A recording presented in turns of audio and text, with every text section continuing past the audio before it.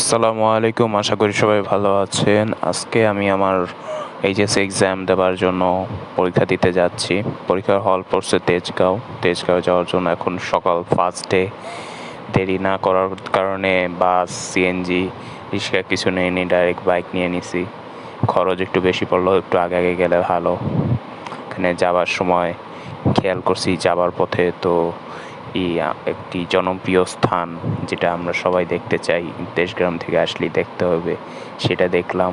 আমাদের সংসদ ভবন দেখে সোজা আমাদের গন্তব্যে। কলেজে আসার পর কলেজটা একটু ঘুরে টুরে দেখলাম। যখন আসছি তখন নামাজের সময় ছিল, কারণে করি নাই, কিন্তু পরীক্ষার পরে আমি আবার পুরোটা ঘুরে দেখছি। এখানে কলেজে সিস্টেমটা অনেক সুন্দর। এখানে হলওয়ে মাঝখান দিয়ে আবার এদিকে সুন্দর গার্ডেন আছে। এখানে কয়েক ধরনের গাছ লাগাইছে, হয়তো বেশি দিন হয় নাই গাছ লাগানো হয়েছে। জায়গাটা দেখতে সুন্দর, ভালো। এখানে আবার একটু ব্রিজের মতো আছে, সামনের বিল্ডিংয়ের সোজা এখান থেকে চলে যাওয়া যাবে।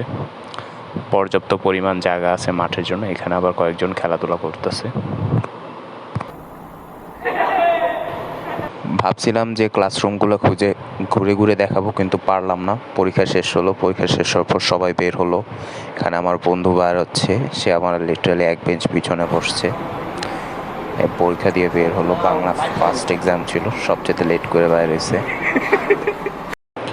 আমার বন্ধু আসার পর আমরা কলেজ থেকে বের হয়ে আমাদের বাসার গন্তব্যে রওনা হই। কলেজটি সুন্দর আছে, চাইলে এসে দেখতে পাবেন। আমরা একটি রিক্সায় উঠে বাসা থেকে রওনা করি। ওই সময় খেয়াল করি আমরা একটি সুন্দর গলির ভিতর ঢুকেছি। সেই গলির ভিতর ঢুকে আমার ভিডিও ফার্স্ট 1K ভিডিও হয়েছিল। তো এই জন্য এই জায়গার ভিডিওটা যেহেতু আসছি একটু আবার নেওয়াই যায়। আইছিলাম তো